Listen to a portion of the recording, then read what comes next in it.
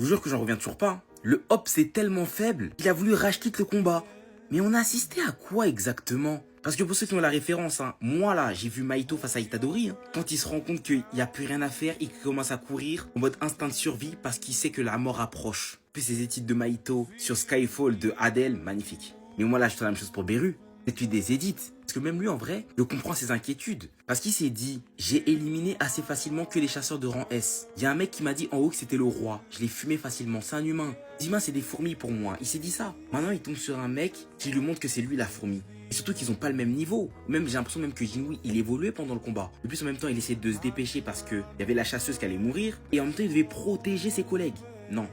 Les chasseurs coréens, ils avaient jamais vu ça avant. Et maintenant qu'il a battu Beru, à tous les coups, il va le réinvoquer, il va faire partie de son armée maintenant. Il va être encore plus injouable. Ce mec-là est trop grand pour la Corée. Il est trop grand pour le Japon. Commence à nous montrer les chasseurs des autres pays là. États-Unis, commence à nous montrer les chasseurs des États-Unis, de la France, etc. On veut voir en fait les chasseurs d'Afrique aussi. Parce que là, il doit être comparé à l'international là. Parce que là, moi, à l'heure actuelle, hein, je le vois un peu comme un Saitama. Il est imbattable. Il est imbattable. Personne ne peut lui filer du fil à retordre. Il est intouchable. Il résiste à tout, il sait tout faire, il a tout, la magie, le combat, le corps à corps.